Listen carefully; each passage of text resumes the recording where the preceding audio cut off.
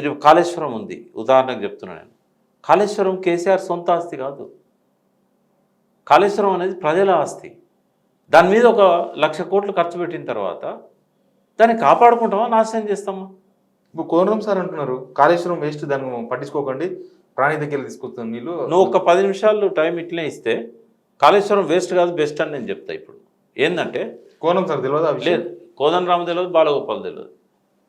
వాళ్ళకు అడ్డం వస్తున్నది ఏంది? పొర. హరగోపాల్ కాదు, మన ఈయనే జయప్రకాష్ నారాయణ జేపీకి ఏంటంటే వాళ్ళకు కొన్ని పొరలు అడ్డం వస్తున్నాయి. కళ్ళకి ఎట్లయితే పొర వస్తుందో ఎల్వి ప్రసాదులకు సరోజదేవికి పోయి పొర తీయించుకుంటాం. కానీ ఇప్పుడు మెదడుకు అడ్డం వచ్చే పొరలను ఎవరు తీయలేకపోతాను. ఆ పొర కోదండరామ్కి ఉంది, ఆ పొర జయప్రకాష్ నారాయణకు ఉంది. ఈ వీడియోలు పంపించండి వాళ్ళిద్దరికి. ఆ పొర ఏంటంటే కాళేశ్వరం వైబుల్ కాదు, రిపేర్ సాధ్యం కాదని కోదండరామ్ అన్నాడు, ఆయన జయప్రకాష్ అన్నాడు. రిపేర్లు 2 సాధ్యమే, కానీ రిపేర్ గురించి మాట్లాడరు వాళ్ళు. ఇది వైబుల్ కాదు. ఇప్పుడు ఎలక్ట్రిసిటీ లెక్కలు రఘు చెప్తాడు, రిపేర్ చేసినా ఉండవు, కొట్టుకపోతే వేస్ట్, డబ్బులంతా వేస్ట్ అయితే ఎందుకు. నేనేమంటున్నా, 500 సంవత్సరాల్లో ఎన్నడూ రానంత వరద వస్తేనే కొట్టుకపోలేదు. 2022 జూలై 15 ఎంత వరద వచ్చిందో లెక్కలు తీయమనండి. తెలుసా వాళ్ళకి అసలు ఇది? అసలు దాని కెపాసిటీ ఎంతో తెలుసా? 28 లక్షల క్యూసెక్లకు తట్టుకునేటట్టుగా కట్టారు. అది బ్యారేజ్ హైట్ అంటే 28 లక్షల క్యూసెక్స్ వచ్చినా కూడా బ్యారేజ్ కింద నుంచే పోతాయి కానీ పైనుంచి పోవు. అక్కడ వచ్చిన వరద ఏంది ఆ రోజు? 28,75,000 క్యూసెక్లు వచ్చింది.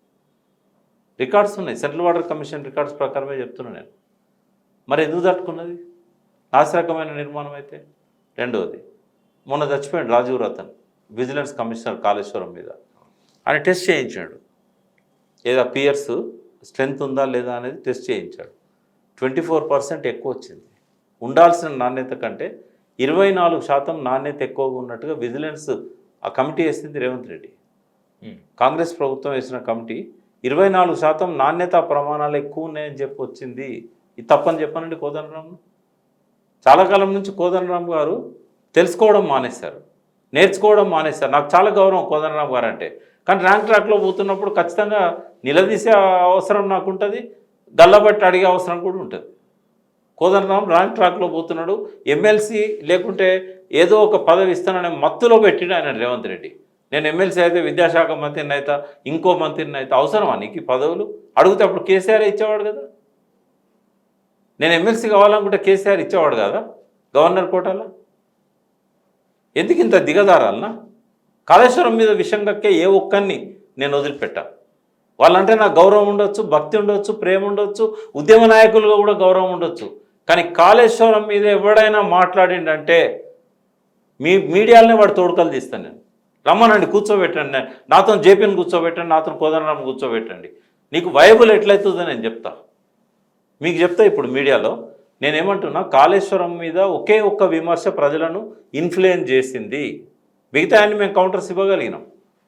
తుమ్మిడాటి సాధ్యం కాదని చెప్పగలిగినాం, తుమ్మిడాటి దగ్గర నీళ్ళు సరిపోవని చెప్పగలిగినాం. ప్రజలకు ఇప్పటికీ కూడా కన్ఫ్యూజన్లో ఉన్నది ఎక్కడ అంటే అది వయబుల్ కాదట కదా.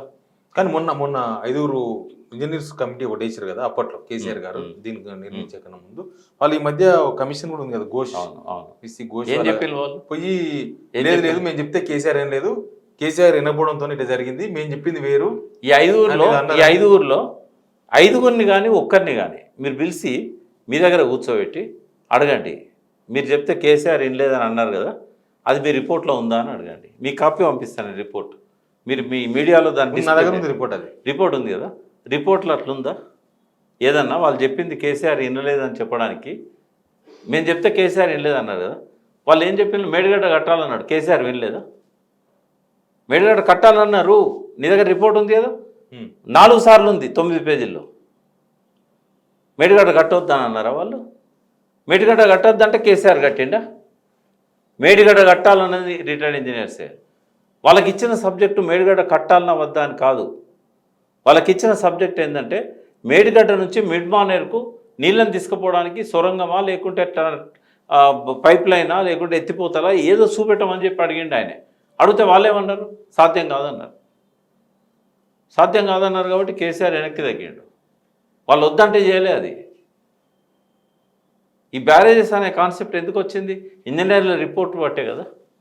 కానీ మొత్తం కేసీఆర్ డిసైడ్ మీరు చెప్పేది ఏదైతుందో ఇంజనీర్లు బయటికి రాకముందే అతి ఉత్సాహంతో కొన్ని దొంగ టీవీ ఛానల్ యూట్యూబ్ ఛానళ్ళు ఏవైతే ఉన్నాయో కేసీఆర్ అంటే విషం కక్కే ఛానళ్ళు, తెలంగాణ అంటే విషం కక్కే ఛానళ్ళు, ఆంధ్రలో డబ్బులతో నడుస్తున్న ఛానళ్ళు, వాళ్ళు ఏంటంటే వాళ్ళు బయటికి రాకముందే కేసీఆర్ దొంగ అనే హెడ్డింగ్తో పెట్టారు.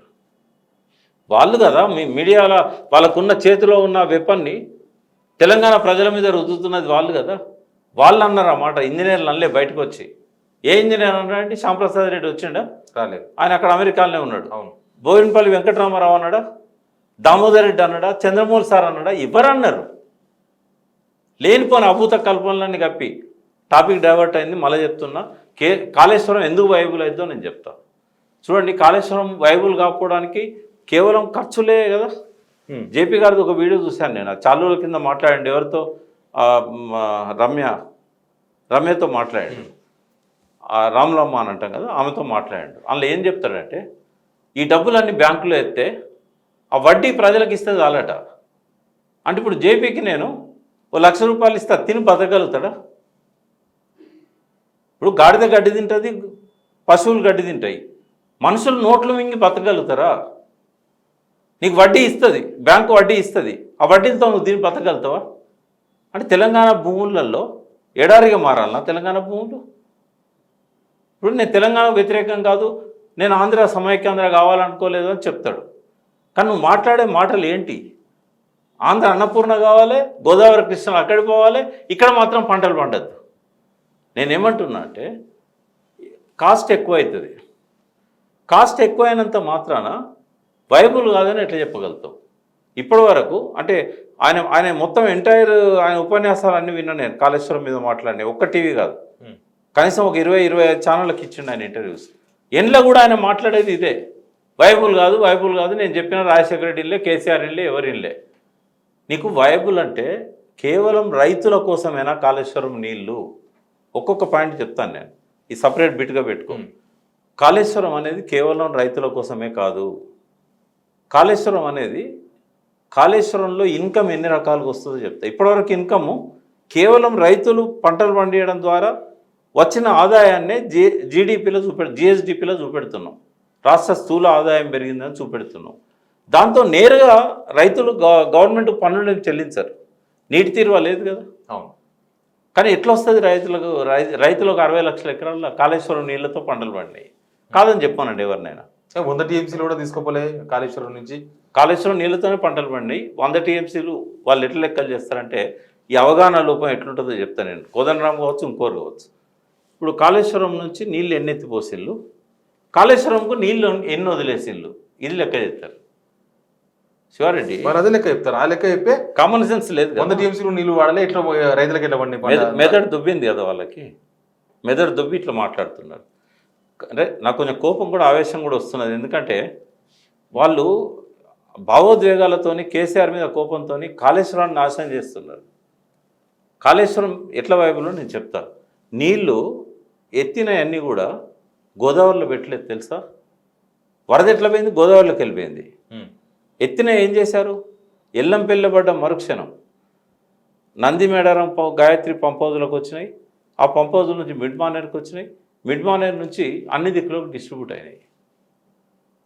ఎత్తిన నీళ్ళతోనే కదా మనము అప్పర్ మానేర్ డ్యాంలో దాని కింద 2 సంవత్సరాల నుంచి పంటలు పండిస్తున్నాం. ఎత్తిన నీళ్ళే కదా. సింగూరు పోకపోయినా నిజాం సాగర్లో మనం ఆ హల్దీబాగులో కలిపి ఆ నీళ్ళతో నిజాం సాగర్ ఆయకట్టుకంతా నీళ్ళు ఇచ్చినాం. ఎత్తిన నీళ్ళతోనే కదా తుంగతుర్తి, సూర్యాపేట దాకా నీళ్ళు ఇవ్వగలిగినాం. నేను ఆ ప్రాంతాల ప్రజలకు కూడా చెప్తున్నా, నేను ఇటువంటివి వచ్చినప్పుడు చెంపలు వలగొట్టాల్సిన బాధ్యత ఎవరికి ఉంటుందంటే, కాళేశ్వరం నీళ్ళతో పంటలు పండించుకున్న రైతులకు ఉంటుంది. రైతులు సంఘటితం కావాలి. కాళేశ్వరాన్ని కాపాడుకోవాల్సింది రైతులు. కాళేశ్వరానికి ద్రోహం చేస్తున్నది కోన మేధావులు. కాళేశ్వరము నీళ్ళనే పంటలు పండించుకున్నారు. 15,000 చెరువులలో నింపారు కాళేశ్వరం నీళ్ళను. 100లాది వాగులలో నింపారు. 100లాది చెక్ డ్యామ్లలో నింపారు. అవి వాళ్ళ భూగర్భ జలాలు వాడద్దు పైకి వచ్చినాయి. వర్షాలు ఎప్పటికీ పడుతూనే ఉన్నాయి కదా. ఎందుకు రాలేదు మరి 2 సంవత్సరాలు? వాళ్ళు ఇష్టం వచ్చినట్టు చెప్తారు, జనం నమ్ముతారు. మీడియా చేతిలో ఉన్నది కదా అని మీడియా వాళ్ళు బుంగలు పెట్టిండ్రు కదా అని చెప్పి ఇష్టం వచ్చినట్టు తలకాయ లేని మేధావులు మాట్లాడతారు. దీనివల్ల ఈ అనర్థాలన్నీ వస్తున్నాయి. కాళేశ్వరం ఎట్లా వైబులో చెప్తా నేను. కరెంట్ అనేది అవసరం కాళేశ్వరంకు. శివారెడ్డి నేను ఒక మాట చెప్తా, నీకు 27,000 మెగావాట్లు ఇవాళ అందుబాటులోకి వచ్చింది. 17,000 మెగావాట్లు అందుబాటులోకి వచ్చింది. టార్గెట్ 27,000, 17,000, 18,000 అందుబాటులోకి వచ్చింది. బొగ్గు బాయిలల్లో బొగ్గు ఉత్పత్తి కంటిన్యూగా వస్తూనే ఉంటుంది. థర్మల్ పవర్ స్టేషన్లు ఎప్పుడైనా ఆపినప్పుడు చూసారా మీరు? 24 గంటలు అవి మండుతూనే ఉంటాయా? నాన్ స్టాప్గా పవర్ జనరేషన్ వస్తూనే ఉంటుందా? వస్తుందా రాదా? వస్తుంది. నాన్ స్టాప్గా వస్తూనే ఉంటుంది, ఆపరు కదా. అవును. 365 days 24/7 వస్తూనే ఉంటుంది. అవును. వినియోగం కూడా అట్లే ఉంటుందా? ఇప్పుడు నేను ఇక్కడికి వచ్చినా కాబట్టి మీరు లైట్లు వేసారు, కరెంట్ బిల్లు కొంచెం ఈ టైంలో పెరుగుతుంది. మీరు రాత్రి అంతా వేసి పెడతారా? బంద్ చేస్తాం. రాత్రి 10 తర్వాత కరెంటు వినియోగం తగ్గుద్దా పెరుగుతుందా? తగ్గుతుంది. మరి ఆ టైంలో నీకు రామగుండంలో థర్మల్ పవర్ ప్లాంట్స్లలో ప్రొడక్షన్ ఆపుతారా? మరి ఏమవుతుంది? అది ఆ పవర్ ఎడిపోతుంది. ఆ రాత్రి జనరేట్ అయ్యే పవర్ ఎడిపోతుంది, వాడతలేం కదా మనం, ఎడిపోతుంది. అది ఎవాపరేట్ అవుతుంది. స్టోర్ చేసే టెక్నాలజీ ఇప్పటిదాకా లేదు. కరెంట్ ఆపలేము. నువ్వు 1 కిలోవాట్ 2 కిలోవాట్ స్టోర్ చేయడానికి లిథియం బ్యాటరీస్ ఉంటాయి, కానీ మెగావాట్లలో స్టోర్ చేయడానికి ఏది రాలే ఇప్పటిదాకా. అది ఏమవుతుంది? ఎవాపరేట్ అయిపోతుంది. అది వచ్చిన కరెంట్ వచ్చినట్టు వేస్ట్ అయిపోతుంది. కాళేశ్వరాన్ని కనుక జాగ్రత్తగా వాడుకుంటే, సరే కేసీఆర్ అట్లా వాడిండా లేదా నేను చెప్పాను, కానీ ఇప్పుడైనా రేవంత్ రెడ్డి, ఇప్పుడు నేను చెప్పేది అంతా కూడా రేవంత్ రెడ్డికి చాలా ఉపయోగపడే అంశం. ఏంటిదంటే రాత్రి 10 గంటల నుంచి తెల్లారంగా 6 దాకా కాళేశ్వరం పంపులు నడుపు. ఇవి థర్మల్ పవర్ స్టేషన్లు కాదు, స్విచ్ ఎత్తే నడుస్తాయి, స్విచ్ బంద్ చేస్తే ఆగుతాయి, నడపచ్చు కదా. రాత్రి కూడా 10 నుంచి 6 గంటల దాకా నడుపు. ఆ నీళ్ళనే ఎత్తిపోయి ఆ కరెంట్ అయితే వేస్ట్ అయ్యే కరెంటే కదా. నంబర్ 1. నంబర్ 2 ఏంటంటే కనీసము 28 లక్షల పంప్ సెట్లు ఉన్నాయి తెలంగాణలో. అందులో 10-15 వేల పంప్ సెట్లు, 15 లక్షలు, 28 లక్షలలో 10-15 లక్షలు గోదావరి బేసిన్లోనే ఉన్నాయి. 13 జిల్లాలు 14 జిల్లాలు ఉన్నాయి గోదావరి బేసిన్లో. 33 జిల్లాలలో ఇప్పుడు ఈ కాళేశ్వరం ఆయకట్టే 13 జిల్లాలు. దానికి ఒక లెక్క చెప్తున్నారు. తెలంగాణ వచ్చినప్పుడు 15 లక్షల పంప్ సెట్లు, ఇప్పుడు 28 లక్షలు అయింది. కాళేశ్వరం యూస్ఫుల్ అయితే, కాళేశ్వరం ఉపయోగపడితే, కాళేశ్వరం నీళ్ళే వస్తే బోర్లు ఎందుకు ఇచ్చిన రైతులు? అదే తలకాయలు నేను మాట్లాడితే అవే అంటారు. ఎందుకంటే కాళేశ్వరం నీళ్ళు వచ్చినాయన్నాడు 2019, ఈ పంప్ సెట్లు వచ్చినాయన్నాడు 2014 నుంచి 2019 వరకు. 15 లక్షలు కాదు, 18 లక్షలు ఉండే, తర్వాత 24 లక్షలు అయినాయి. అంటే సమైక్య రాష్ట్రంలోనే 24 లక్షలకు పోయినాయి పంప్ సెట్లు. 4 లక్షల పంప్ సెట్లు అదనంగా ఎందుకు వచ్చినాయంటే 2014 నుంచి మిషన్ కాకతీయాలు ఎప్పుడైతే కేసీఆర్ గారు డబ్బులు పెట్టి చెరువులను బాగు చేయించిండో, ఒక్కొక్క చెరువు బాగు చేయించిన కొద్దీ గ్రౌండ్ వాటర్ పెరిగింది. ఉదాహరణకి ఏంటంటే 30 ఏళ్ళ కింద ఎండిపోయిన బావులు కానీ ఎండిపోయిన బోర్లు కానీ మళ్ళీ పనిచేయడం మొదలుపెట్టినాయి, కొత్త కోరికలు పుట్టినాయి. మిషన్ కాకతీయ ఎప్పుడైతే సత్ఫలితాలను ఇస్తూ వచ్చిందో ఒక్కొక్క ఏరియాలో చెరువులను రిపేర్ చేసిన కొద్దీ ఒక్కొక్క ఏరియాలో బోర్లు పెరిగింది. అప్పుడు బోర్ల మీదనే కదా ఆధారం. ఇప్పుడు కాళేశ్వరం స్టార్ట్ అయిన తర్వాత తుంగతుర్తిలో కానీ సూర్యాపేటలో కానీ ఎక్కడైతే కాళేశ్వరం ఆయకట్టు ఉందో అక్కడ మాత్రం బోర్లు పడలే. రెండోది ఎక్కడ పడ్డాయి? భూగర్భ జలాలు బాగా పెరిగినాయి. ఎందుకు పెరిగినాయి అంటే ఇప్పుడు కాళేశ్వరం ఆయకట్టు ఎంత మొత్తం కలిస్తే కూడా 36 లక్షల ఎకరాలు కేసీఆర్ గారి ప్రణాళిక. మన దగ్గర ఉన్నది 1,35 లక్షల ఎకరాలు. అంటే కాళేశ్వరం కాలువలకి వెళ్ళి పోతున్నా కూడా రిడ్జ్కి బయట ఉన్న ఎత్తు మీద ఉన్న ప్రాంతాలు ఇప్పుడు ఎప్పుడు కాలువలు ఎట్లా తీస్తారంటే రిడ్జ్ మీద తీస్తారు, గట్టు మీద తీస్తారు. ఒక పక్క వాల్ ఉంటుంది, ఒక పక్క ఎత్తు ఉంటుంది. ఆ ఎత్తు మీద బోర్లు వేస్తారు. ఎందుకు వేస్తారు? కాళేశ్వరం నీళ్ళ కోసమే వేస్తారు. ఎందుకంటే 2 దిక్కుల కాలువలు పారాయి కదా. మీరు ఏ కాలువ మీదైనా పోండి కెమెరా పట్టుకొని. ఒక పక్కనేమో పంప్ సెట్లు ఉంటాయి, ఎట్లా వాళ్ళకు మోటార్లు అవి మీకు ఫోటోలు కూడా క్లిప్పింగ్ దొరుకుతాయి. ఇది చూపెట్టండి వాళ్ళకు. ఎవరైతే కాళేశ్వరం వచ్చినాక ఎందుకు బోర్లు పెరిగినాయంటే కాళేశ్వరం వచ్చినాక ఆ నీళ్లను మిట్ట ప్రాంతాల వాళ్ళు వాడుకోవాలనుకున్నారు, అందుకని బోర్లు వేసుకున్నారు. ఇంకో 5 ఏళ్ళు కేసీఆర్ని గెలిపించుంటే ప్రతి ఎకరానికి కాళేశ్వరం నీళ్ళు వచ్చేది. అనగానే ఇప్పుడు కింద కామెంట్లు పెడతారు, అంటే కేసీఆర్ దోసుకున్నది చాలదా, ఇంకా దోసుకోమన్నా. ఎవరైతే దోసుకున్నారని అంటున్నారో వాళ్ళకి నేను ఒకటే చెప్తున్నాను, దోసుకున్నారా లేదా అనేది నిర్ధారించాల్సింది ఎవరు? ఏజెన్సీలు. అంటే ఇవే కదా, ఇది సిబిఐ కానీ సిఐడి కానీ. ఇప్పుడు కమిషన్ నేను అనేది ఏంటంటే ఇప్పుడు 2 ప్రభుత్వాలు కేసీఆర్ లేడు కదా.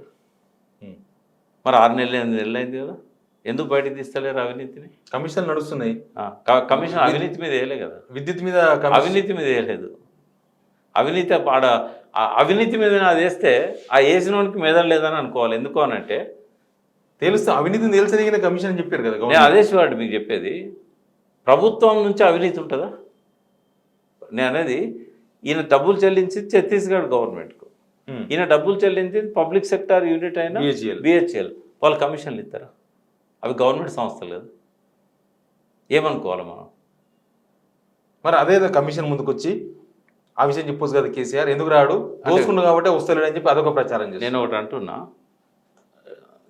న్యాయ విచారణ చేసే వ్యక్తి బయట చెప్పొచ్చా మీడియాలో తన అభిప్రాయాలను? ఆయన ఏం చూడకముందే కేసీఆర్ అభిప్రాయం ఇవ్వలేదు, జగదీష్ రెడ్డి గారు విద్యుత్ శాఖ మంత్రిగా ఆయన ముందుకు పోలేదు, అధికారులు కూడా రిపోర్ట్లు ఇవ్వలేదు. ఆయనకి ఇట్లా బాధ్యతలు ఇవ్వగానే మీడియా చిట్ చాట్ పెట్టి చెప్పొచ్చా అట్లా తన అభిప్రాయాలు? అది తప్పు కదా. అది కరెక్ట్ అని చెప్పానండి నరసింహారెడ్డి గారు, నా ఫ్రెండే ఆయన.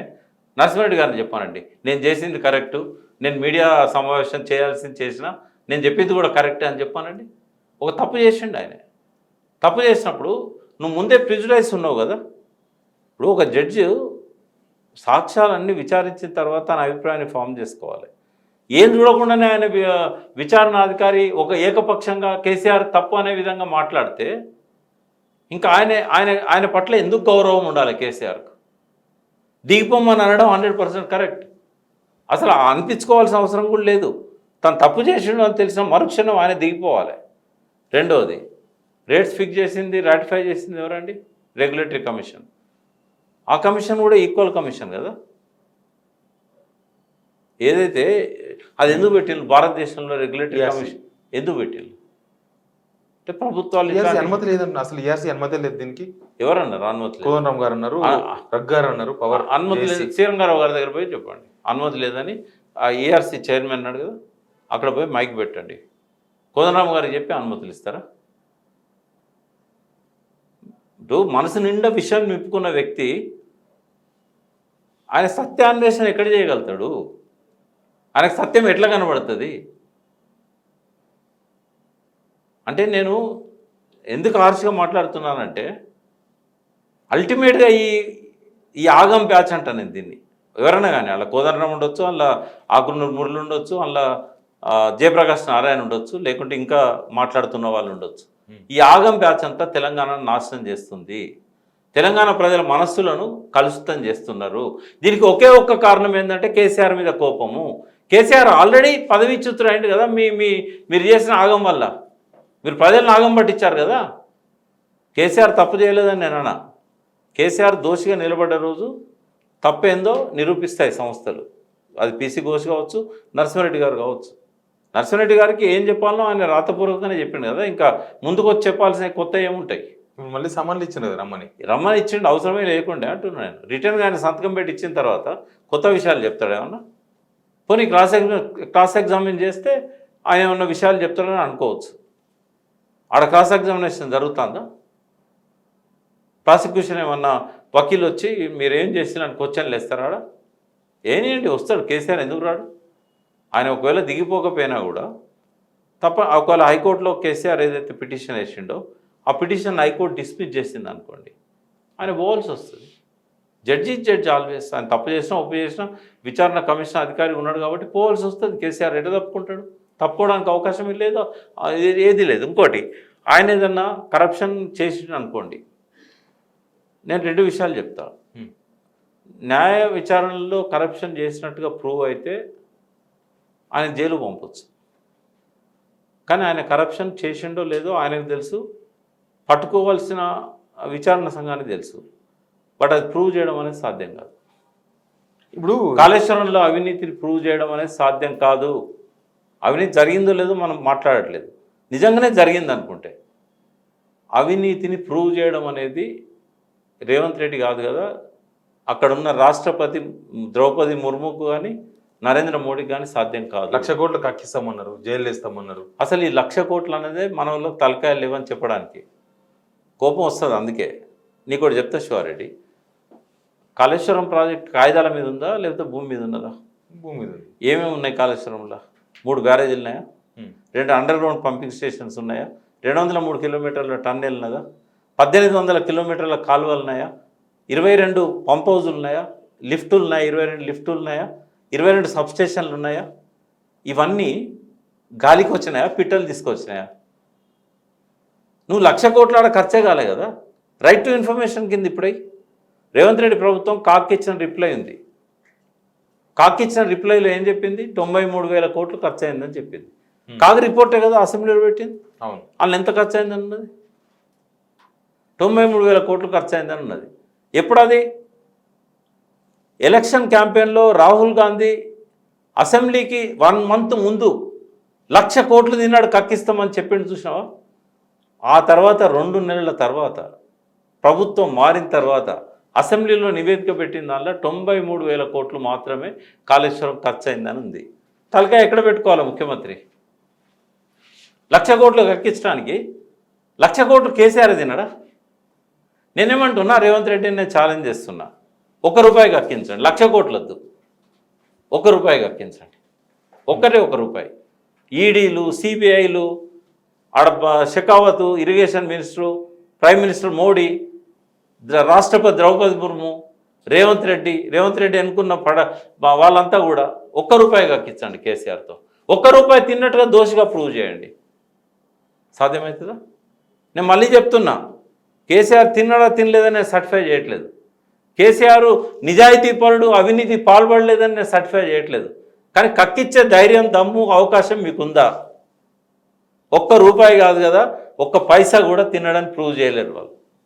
కానీ అంత మీకు ఏం జరుగుతుందంటే, ఏజెన్సీలకు అవసరం లేకుండా డబ్బులు ఇచ్చారు, వాళ్ళు పూర్తి బాధ్యతలు తీసుకోకుండా వాళ్ళని లిబరేట్ చేశారు, వాళ్ళని విముక్తి చేశారు, బాండ్స్ అన్ని కూడా రిలీజ్ చేశారు, నిర్లక్ష్యం చేశారు. అది కుంగిపోవడానికి నిర్లక్ష్యం కారణం. ఇవన్నీ వస్తాయి, కానీ అవినీతి గురించి ఎక్కడ వస్తుంది నీకాడ? 24% నాణ్యత ఎక్కువ ఉన్నదని చెప్పిన తర్వాత ఏ జ్యుడిషియరీ కమిషన్ అవినీతి ఉన్నదని చెప్తుంది? Vigilance committee report తెప్పించుకోండి. 24% నాణ్యత ఎక్కువ ఉందని చెప్తారా, తక్కువ ఉందని చెప్తారా? రెండవది, ఈ తలకాయ లేని వాళ్ళు ఏదైనా మాట్లాడతారు. అన్నారం సుందిళ్ళకి ఏం నష్టమైందో చెప్పానండి. ఆ పనికిరావని చెప్పి ఎవరు చెప్పారు పనికిరాదని? ఎవరన్నా ఇంజనీర్ చెప్పారా? బుంగలు ఎక్కడ పడ్డాయి? ఒక బుంగ చూపెట్టండి. అన్నారంలో, కాళేశ్వరంలో బుంగలు చూపెట్టండి. ఆ మధ్య కొన్ని వాటర్ అవి ఇవన్నీ సహజంగా వస్తుంటాయి. నువ్వు ఇల్లు కట్టినాక క్రాక్స్ రావా? 1 సంవత్సరం 2 సంవత్సరాల దాకా క్రాక్స్ వస్తాయి కదా. అదే కదా అక్కడ జరిగింది. సరే, కాళేశ్వరం ఎట్లా వైపులో చెప్తాను నేను. అది మళ్ళీ మనం వేరే టాపిక్లోకి వెళ్ళినాం. కాళేశ్వరంలో ఒకటేమో రాత్రిపూట ఒక 2-3 మినిట్స్ నన్ను మాట్లాడినాయండి, తర్వాత మీరు అడగండి. రాత్రిపూట ఏదైతే వేస్ట్ అవుతున్న కరెంట్ ఉందో, ఆ కరెంటును కనుక 6 నెలల పాటు రాత్రిపూట ఉపయోగించుకున్నట్టయితే కొన్ని వందల టీఎంసీలను అది పంప్ చేయగలుగుతుంది. మనకు 11 పంపింగ్ స్టేషన్స్ ఉన్నాయి, అక్కడ పంపులు ఉన్నాయి. ఏది? మేడిగడ్డ దగ్గర. రెండవది కూడా చెప్తున్నాం, మేడిగడ్డ రిపేర్లతో సంబంధమే లేదు. వర్షాకాలంలో మేడిగడ్డలో తలుపులు వేయరు, గేట్లు వేయరు, ఉంటాయి, పోతూనే ఉంటాయి అన్నట్టు. అంటే నిండుగా బారుతుంది నది. నిండుగా బారినప్పుడు నువ్వు 3 టీఎంసీలు రోజు లిఫ్ట్ చేయొచ్చు వితౌట్ మేడిగడ్డ. మేడిగడ్డ అవసరం ఎక్కడ అంటే నవంబర్, డిసెంబర్లో ఫ్లో తగ్గుతుంది. తగ్గినప్పుడు అప్పుడు గేట్లు వేస్తారు. గేట్లు వేసి హైడప్ చేస్తారు. ఆ గేట్లు వేస్తే ఏమైతే సహజంగానే నదిలో ప్రవాహం పెరుగుతుంది, హైట్ పెరుగుతుంది. హైట్ పెరిగినప్పుడు అప్పుడు ఈ పంపులు రన్ చేయడానికి అవకాశం ఉంటుంది. అయితే దానికోసం మేడిగడ్డ అవసరం. మేడిగడ్డ లేకపోతే మల్లన్న సాగర్ నింపలేమనేది తప్పు. మేడిగడ్డ లేకపోతే మిడ్మారాయణ నింపగలుగుతాం, మల్లన్న సాగర్ నింపగలుగుతాం, ఎల్లంపల్లి నింపగలుగుతాం, అన్ని నింపగలుగుతాం. ఇంకోటి, మేడిగడ్డ స్టాండ్ బై 36 లక్షల ఎకరాలకు మేడిగడ్డ నీళ్ళే తీసుకోరు. పైనుంచి వర్షాలు పడ్డప్పుడు వచ్చిన నీళ్ళని అన్నింటిని ఉపయోగించుకుంటారు. ఎల్లంపల్లి నుంచి పైనుంచి గోదావరిలో వరద వస్తున్నప్పుడు, అంటే చాలాసార్లు ఏమైందంటే శ్రీరామ్ సాగర్లో వరద రాదు, కానీ కడెంలో వరద వస్తుంది. కడెంలో వచ్చిన వరదను ఎల్లంపల్లి నుంచి మనము మిడ్మానేర్లు నింపుకోవచ్చు, మల్లన్న సాగర్ నింపుకోవచ్చు, కొండపోచమ్మ నింపుకోవచ్చు. ఇవన్నీ నిండినాయి అనుకుందాం. ఒక్కోసారి కడెంలు ఎట్లా వస్తాయి మీరు చూశారు. కడెం బ్యారేజ్ మీదకి వెళ్ళి వస్తాయి, దాని డ్యామ్ మీదకి వెళ్ళి వస్తాయి. లాస్ట్ టైం చాలా భయపెట్టింది కూడా మనల్ని. ఇప్పుడు రిపేర్ చేస్తున్నది గవర్నమెంట్. అయితే ఆ కడెం వరద 7 వాగుల నుంచి వస్తుంది, పెద్ద వాగుల నుంచి, సప్త నదులు అంటారు అక్కడ. అయితే ఈ వరద చాలు మనకు మల్లన్న సాగర్ను ఇవన్నీ నింపుకోవడానికి. ఈ వరద రానప్పుడే నీకు స్టాండ్ బైగా మల్లన్న సాగర్ పనికొస్తుంది, మేడిగడ్డ మేడిగడ్డ పనికొస్తుంది. ఇది వర్షాలు పడ్డప్పుడు కానీ వర్షాలు పడినప్పుడు కానీ, వర్షాలు తక్కువ పడ్డా నింపుకోలేని పరిస్థితి ఉన్నా అది ఉపయోగపడుతుంది. ఒకటి దీన్ని ఎట్లా అర్థం చేసుకోవాలంటే ఎన్ని నీళ్లు లిఫ్ట్ చేస్తామో దానికే కరెంట్ బిల్ వేయాలి. కానీ వీళ్ళు లెక్క ఎట్లా కడతానంటే 120 రోజులు పంటకాలం ఉంటుంది. 120 రోజులు 24/7 22 పంప్ హౌజులు, 21 పంప్ హౌజులు, 22 పంప్ హౌజులు, 22 సబ్స్టేషన్లలో ఎంత పవరు కన్జ్యూమ్ అవుతుందో అదంతా లెక్క కడుతుంటారు. ఇంకా వీళ్ళకి అర్థం కావాల్సింది, దయచేసి ఈ వీడియో పంపండి, వాళ్ళకు పర్సనల్ నంబర్లకు పంపండి. ఈ 25% ఎక్స్ట్రా పెడతారు పవర్. అంటే మనకు ఇన్ని మెగావాట్లు అయితే 100 మెగావాట్లు ఆడ పెట్టింది అనుకోండి, మేడిగడ్డ ఒక పంపింగ్ స్టేషన్కు 100 మెగావాట్లు అవుతుందని చెప్పి లెక్క రాస్తారు. ఆడ అవసరమైతే 75 మెగావాట్లే స్టాండ్ బై అట్లా పెట్టుకుంటారు స్కోప్. వీళ్ళు 100 మెగావాట్లు లెక్కలు కడతారు. ఆడ ఒక్క పంపే నడుతుంది, 11 పంపులు 24 గంటలు నడవాయి. ఇట్లా లెక్కలేసి ఏం చేస్తానంటే 45,000 అవుతుందని జనాన్ని కన్ఫ్యూజ్ చేస్తున్నారు. రెండవది 120 రోజులు ఆ నీళ్ళతోనే ఎందుకు పంటలు పండుతాయి?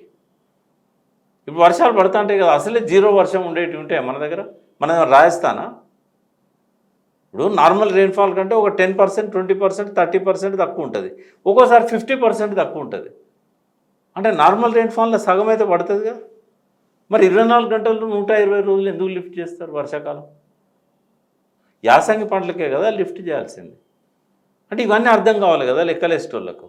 అవి లేకుండానే వాళ్ళకు ఏవి ఎక్కాలు వస్తాయి కాబట్టి ఎక్కాలతో క్యాలిక్యులేటర్లతో లెక్కలు చేస్తే ఎట్లా? అడే ఇప్పుడు 3-4 ఏళ్ళ నుంచి కాళేశ్వరం ఎత్తిపోస్తున్నాం మనం. 4 ఏళ్ళల్లో ఎన్ని ఎత్తిపోస్తాం మనం? హార్డ్లీ ఏంటంటే ఒక్క సంవత్సరానికి ఎత్తిపోయాల్సిన 160 టీఎంసీల నీళ్ళని మాత్రమే 4 ఏళ్ళల్లో ఎత్తిపోస్తాం మనం. 160, 170 ఎంతో ఉంది, 160, 200 అంతే కదా. అంటే దాని అర్థం ఏంది? కాళేశ్వరం ఫెయిల్యూరా? దాని అర్థం ఏంటంటే అది చూసైనా తెలుసుకోవాలి. కాళేశ్వరం అనేది స్టాండ్ బై.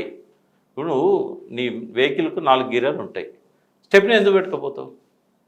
ఎక్కడన్నా మధ్యలో యాక్సిడెంట్ అయితే స్టెప్, అంటే ప్రజల భాష అర్థం కావాలని చెప్తున్నా. ఈ స్టెప్ని కదా, కాళేశ్వరం అనేది ఒక స్టెప్ని కదా.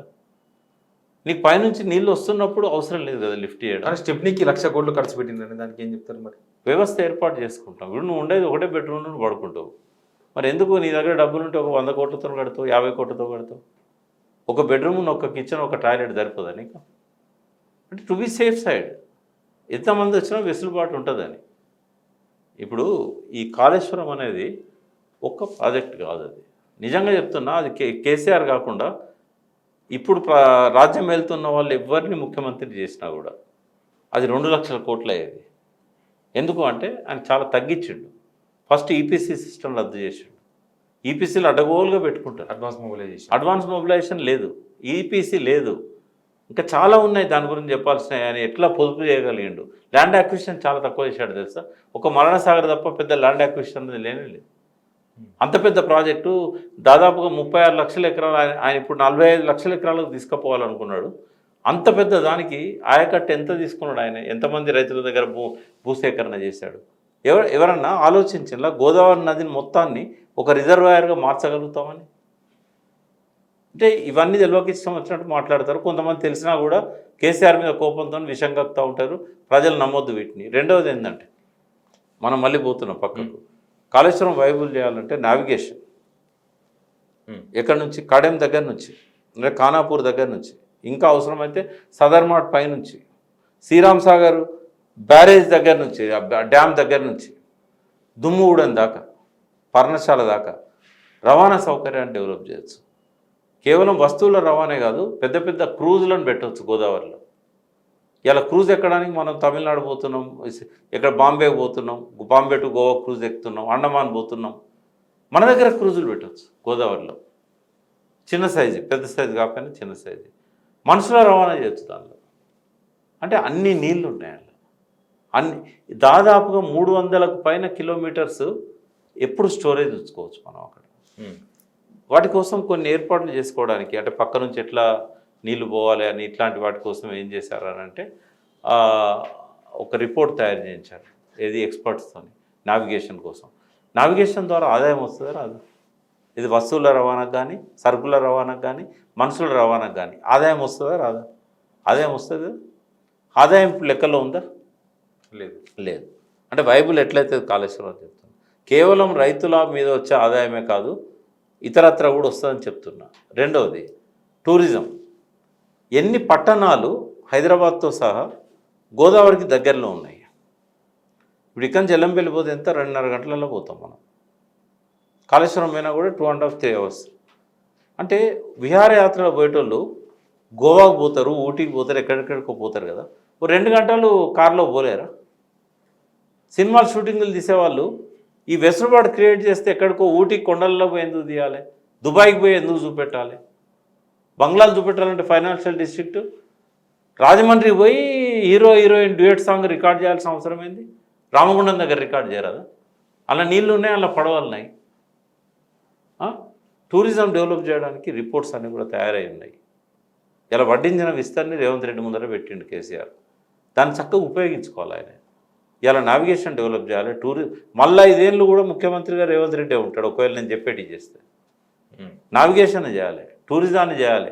కాళేశ్వరం పనికిరాదు అనేది మాట్లాడకుండా కాళేశ్వరం పనికొచ్చేటట్టు చేయాలి, కాళేశ్వరం రిపేర్ చేయాలి, రైతుల మనసులను తెలుసుకోవాలి. కేసీఆర్ ఇచ్చిన దానికంటే 5,000 ఎక్కువ ఇస్తున్నావు కదా రైతు బంధు.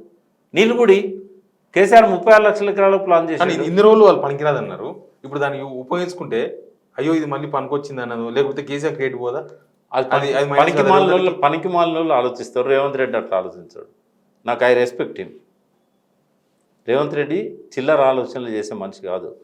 అవసరం కోసం కేసీఆర్ కూడా భావోద్వేగాలను రెచ్చగొట్టడానికి ఆంధ్ర వాళ్ళ మీద చాలా మాటలు మాట్లాడాడు. కానీ ఒక్కసారి ఆయన ముఖ్యమంత్రి అయిన తర్వాత అవన్నీ పక్కకు పోయినాయి కదా. రేవంత్ రెడ్డి కూడా అంతే. రేవంత్ రెడ్డికి రోల్ మోడల్ ఎవరో కాదు, ఆయన చెప్పినా చెప్పకపోయినా కేసీఆరే. టోటల్గా కేసీఆర్, ఇంకో నాయకుడు లేడు ఆయన మైండ్లో. ఆయన ప్రకృతిని నమ్ముకున్నాడు, పట్టుదలను నమ్ముకున్నాడు, కేసీఆర్ నమ్ముకున్నాడు. కేసీఆర్ ఏం మాట్లాడాడో సామెతలు నేర్చుకున్నాడు. కేసీఆర్ ఎట్లా ప్రజలను మెస్మరైజ్ చేయాలో నేర్చుకున్నాడు.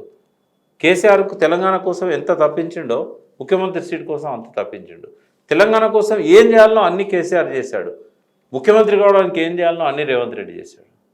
కాబట్టి రేవంత్ రెడ్డిని తక్కువ అంచనా వేసేవాడు తెలిదక్కువవాడు. రేవంత్ రెడ్డి మళ్ళీ ఆయన కాళేశ్వరం రిపేర్ చేస్తాడు, మళ్ళీ మేడిగడ్డ నుంచి ఎత్తిపోతలు చేస్తాడు, మళ్ళీ మల్లన సాగర్ నింపుతాడు. కేసీఆర్ అసంపూర్తిగా వదిలిపెట్టిన లక్ష్యాలన్నీ వెతికి పట్టుకొని వాటిని కంప్లీట్ చేస్తాడు. మళ్ళీ ఒక 5 ఏళ్ల కోసం పోటీలో ఉంటాడు. ఆయనని తక్కువ అంచనా వేసిన వాళ్ళు వాళ్ళ ఆలోచనలు తప్పు. ఈ will become a successful chief minister అని మళ్ళీ చెప్తున్నాను నేను. కేసీఆర్కి ఎంత క్రెడిబిలిటీ వచ్చిందో రేపు రేవంత్ రెడ్డి కూడా అంత వస్తుంది. ఎందుకంటే ఆయన ఎదుగుదలను స్వయంగా చూసినోని. 20 సంవత్సరాల కింద టీఆర్ఎస్లో మా కార్యకర్త ఆయన పట్టుదల గురించి తెలుసు, ఆయన పనిచేసే విధానం తెలుసు, ఆయన నేర్చుకునే తత్వం తెలుసు. ఎంత అద్భుతంగా ఆయన నేషనల్ మీడియాలో మాట్లాడుతున్నాడు. అంత తక్కువ ఎందుకు అంచనా వేయాలి? నేను ఆయన భజన చేస్తలేను, కేసీఆర్ భజన చేస్తలేను. తెలంగాణ ఇంట్రెస్ట్తో మాట్లాడుతున్నా. తెలంగాణ ఇంట్రెస్ట్లను ప్రొటెక్ట్ చేయడానికి ఇవాళ సీఎంగా ఆయనే ఉన్నాడు కదా. ఇంకా 4 ఏళ్ళు మనం ఆయనని నమ్ముకోవాలి కదా. అటువంటి వానికి నేను సూచనలు చేస్తున్నా. నీ సీట్ నీకు భద్రంగా ఉంటుంది, ఇంకో 10 ఏళ్ళు ఉంటుంది. నువ్వు చెయ్యి, ఇవన్నీ చెయ్యి. కేసీఆర్ అసంపూర్తిగా వదిలిపెట్టిన నావిగేషన్ చెయ్యి, కేసీఆర్ అసంపూర్తిగా వదిలిపెట్టిన టూరిజాన్ని డెవలప్ చేయి, కేసీఆర్ అసంపూర్తిగా వదిలిపెట్టిన చేపల పెంపకం చెరువులలో చేసాడు కేసీఆర్. నువ్వు గోదావరి నదిలో చేయి 300 కిలోమీటర్లు. కేసీఆర్ వాటిని ఎక్స్పోర్ట్ చేయలేకపోయాడు, నువ్వు ఎక్స్పోర్ట్ చేయి. కేసీఆర్ ధాన్యం ఉత్పత్తులు పెంచిండు కానీ వరి తప్ప వేరే ఉత్పత్తి కాలే. నువ్వు చేయి, డైవర్సిఫై చేయి. కేసీఆర్ క్రాప్ కాలనీలను ఏర్పాటు చేస్తానని చేయలేకపోయాడు, నువ్వు చేయి. ప్రజలు ఆరాధిస్తారు. ప్రజలకు కావాల్సింది కేసీఆర్ రేవంత్ రెడ్డే కాదు, వాళ్ళ బతుకులు బాగుపడడానికి ఎవరు చేసినా కూడా వాళ్ళని ఆరాధిస్తారు. ఈ కుహనా మేధావులకు ఉన్నట్టు ప్రజల మనసులలో విషయం ఉండదు. వీళ్ళు తప్పుదారి పట్టిస్తే కొద్దిసేపు పోతారు, వాళ్ళు మళ్ళీ వెనుకకు వస్తారు. అదొక రేడియేషన్ లాగా. ఇప్పుడు లైట్ల కింద కూర్చున్నాం, ఎల్ఈడి కింద, విపరీతమైన రేడియేషన్ నీ మీద నా మీద ఉంది. ఇదేమవుతుంది, కొద్ది రోజుల దాకా మన మెదళ్ళల్లో డ్యామేజ్ చేస్తుంది, కానీ స్లోగా డిసప్పేర్ అవుతుంది. ఆ డ్యామేజ్ని మనం ఇమ్యూనిటీతో రెక్టిఫై చేసుకోగలుగుతాం. కోదండరామైనా, జయప్రకాష్ నారాయణ అయినా, ఇంకోరైనా కాళేశ్వరం మీద ఎంత విషయం కక్కినా కేసీఆర్ను మనసులో నుంచి తుడిచేసుకొని కాళేశ్వరం ప్రజలకు ఎట్టు ఉపయోగపడుతుంది. కాళేశ్వరంను ఇప్పుడున్న పరిస్థితుల్లో వైబుల్ కాదు, కానీ ఇప్పుడు నేను చెప్పిన అన్ని చేస్తే కాళేశ్వరం వైబుల్ అవుతుంది. పంపులు ఆపరేట్ ఎప్పుడు చేయాలి, ఎప్పుడు పని చేయాలి, పీక్ స్టేజ్ ఎప్పుడు, నాన్ పీక్ స్టేజ్ ఎప్పుడు, కరెంట్ వేస్ట్ ఎప్పుడు అవుతుంది, కరెంట్ ఎప్పుడు మిగులుతుంది. ఈ 15 లక్షల 20 లక్షల బోర్వెల్స్ ఏవైతే ఉన్నాయో నీళ్ళు వచ్చే కాడ బోర్లు ఎవరు ఆన్ చేయరు. కాలడం పెడితే బారే కాలువలు వచ్చినప్పుడు బోర్లు ఎవడు ఆన్ చేస్తాడు? ఎగో మిట్ట ప్రాంతాలలో ఆన్ చేస్తారు. మరి ఈ బోర్లకు కరెంట్ ఎంత అవుతుంది? ఒక్కోదానికి 5 HP, 10 HP, 3 HP, 3 HP ఇవన్నీ కలిపితే మెగావాట్లు కావా? అంటే అక్కడ నీళ్ళు ఇచ్చినప్పుడు ఇక్కడ స్విచ్లు బంద్ చేస్తారు కదా, ఈ సేవ్ కాదా? అది ఆ పవర్ సేవ్ కాదా?